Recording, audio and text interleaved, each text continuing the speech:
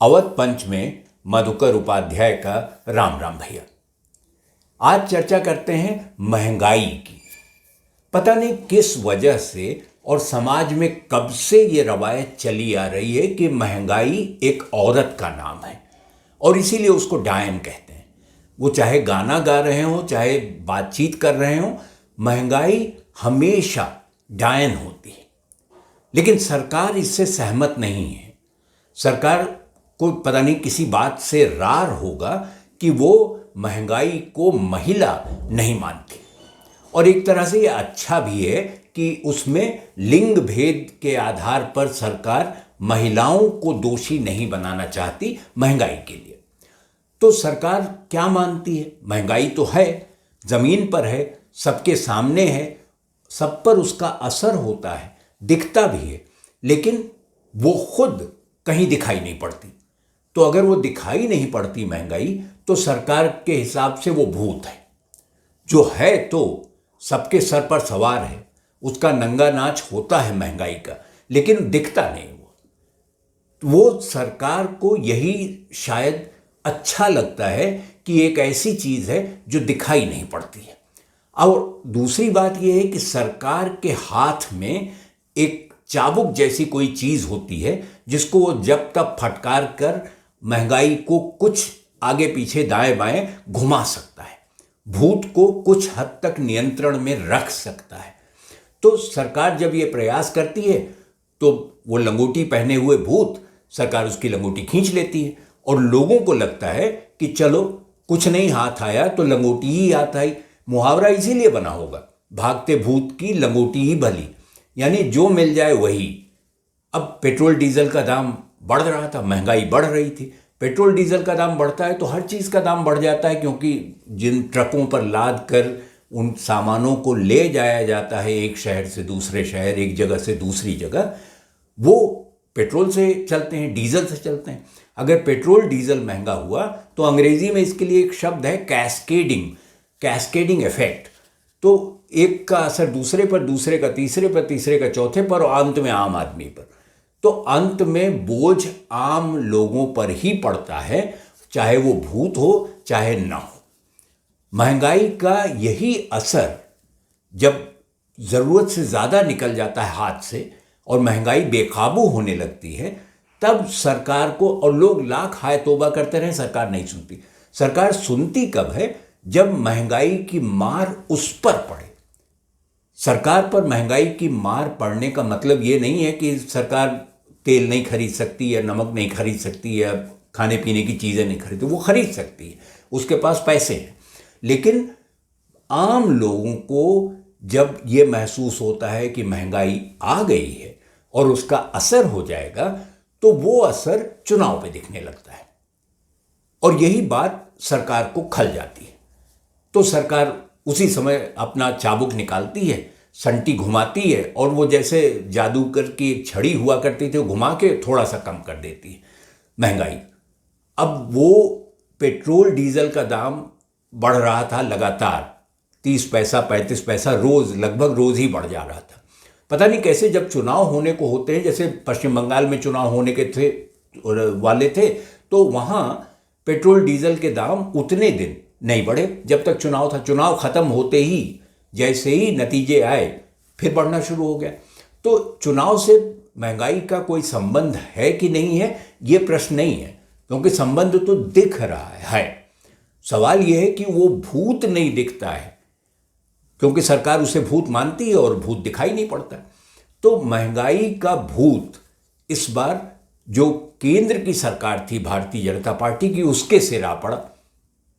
हिमाचल प्रदेश में पार्टी जहां खुद सत्ता में है, जयराम ठाकुर उनके मुख्यमंत्री हैं, वहां वो 3 विधानसभा और 1 लोकसभा का चुनाव होना था और चारों हार गए। राजस्थान में भी हार गए, बाकी जगह कुछ अच्छा प्रदर्शन भी किया, जैसे जो पूर्वोत्तर के राज्य हैं वहाँ असम में बहुत अच्छा प्रदर्शन था, मध्य प्रदेश में बीजेपी का प्रदर्शन अच्छा रहा। तो ऐसा नहीं है कि भूत ने कहा हो कि वो सिर्फ हिमाचल प्रदेश में रहेगा और मध्य प्रदेश नहीं जाएगा, या वो जो तृणमूल कांग्रेस है उसके मतदाताओं पर असर नहीं डालेगा, डाला वहाँ भी होगा। इसीलिए इसका संबंध जो लोगों से है वो समझ में नहीं आता है, चुनाव से है ये समझ में आता है, लोग उस पर कैसे प्रतिक्रिया व्यक्त करते हैं ये समझ में आना थोड़ा मुश्किल होता है। अब जब चुनाव के नतीजे आ गए तो बीजेपी को जितनी सीटें मिली, कुछ सीटें उसकी कम हो गई, कांग्रेस को कुछ ज़्यादा मिल गई। कांग्रेस ने 8 विधानसभा की सीटें जीती और 1 लोकसभा। 1 लोकसभा बीजेपी को मिली और 7 विधानसभा की सीटें भी उसने जीती, कर्नाटक में भी जीती, मध्य प्रदेश में जीती। तो इस तरह बंटवारा हो गया। जो क्षेत्रीय दल थे वो अपनी जगह कायम रहे। अब सवाल ये है कि ये जो तेल है और जो महंगाई है ये किस किस जगह और कैसे कैसे असर डालेगी। एक संवेदनशील सरकार का ये कर्तव्य होता है। जो लोग तमाम लोग आलोचना करते हैं सरकार की, कहते हैं कि ये निरंकुश हो गई है, ये बिल्कुल एक तरह की प्रवृत्ति है इसमें तानाशाही वाली कि अपने मनमाने फैसले करती है और जो मन होता है करती, क्योंकि इनके पास प्रचंड बहुमत है। तो मैं इससे सहमत नहीं हूँ। दरअसल सरकार प्रचंड बहुमत से बनी है, लोगों ने ही बनाई। और महंगाई तो उस वक्त भी रही होगी, वो डायन थी कि भूत थी, जैसे भी थी उसी के कंधे पर चढ़कर सरकार सत्ता में आई थी।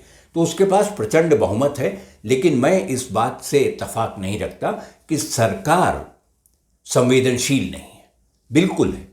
महंगाई का जैसे ही चुनाव के नतीजों पर असर पड़ा, उसकी संवेदनशीलता एकदम खुलकर प्रस्फुटित होकर बाहर आ गई और उसने डीजल और पेट्रोल के दाम कम कर दिए। अब ये जो एक शेर है बटालवी का, उल्फत बटालवी, उनका एक शेर सुन लीजिए कि वो कहते हैं कि तुम्हारे अपने लगे हैं तुम्हें गिराने में। ये जो जयराम ठाकुर ने, हिमाचल प्रदेश के मुख्यमंत्री ने कहा कि महंगाई की वजह से हार गए, तो ये शेर मेरा ख्याल है उन्हीं को संबोधित करके पढ़ देता हूं मैं कि तुम्हारे अपने लगे हैं तुम्हें गिराने में, जमीन पे तेल गिरा है, संभल सकोगे क्या। उल्फत बटालवी तो अपनी जगह, लेकिन तेल पर बहुत सारे लोगों ने बहुत सारी चीज़ें कही हैं। और एक शेर और सुन लीजिए कि ये कहते हैं कि तेल से, ये फरहत का शेर है, शमीम फरहत का, वो कहते हैं कि तेल से फरहत आग बुझाने निकले हैं, तेल से फरहत आग बुझाने निकले हैं, अक्ल अजब सालारों की है मौला खैर। जैसी बुद्धि हो गई है सिपा सालारों की या जो लीडरान हैं उनकी, तो भगवान ही बचाए कि वो किस चीज़ पर प्रतिक्रिया व्यक्त करेंगे, भूत की लंगोटी कब खींचेंगे, कब उसे नियंत्रण में ले आएंगे, ये समझ में नहीं आता। और ये शायद ऊपर वाले को भी समझ में आना मुश्किल होता होगा। अब ये तेल का मैं एक और शेर पढ़ के बात ख़त्म करूंगा, और ये शेर है अब्दुल हमीद अदम का, गज़ब का शेर है, जिसमें वो कहते हैं कि गिरते हैं लोग गर्मीए बाजार देखकर, गिरते हैं लोग गर्मीए बाजार देखकर, सरकार देखकर, मेरी सरकार देखकर, संभले नहीं तो फिसलेंगे ही। और फिर उसके बाद आपको भी बटालवी की तरह कहना पड़ेगा कि संभल सकेंगे क्या। तो वक्त है भूत को नियंत्रण में रखने का। कोशिश कर लीजिए, भूत भूत है, आप हैं। तो अवध पंच के इस अंक में इतना ही। अगले अंक में भेंट होगी, तब किसी और विषय पर चर्चा करेंगे।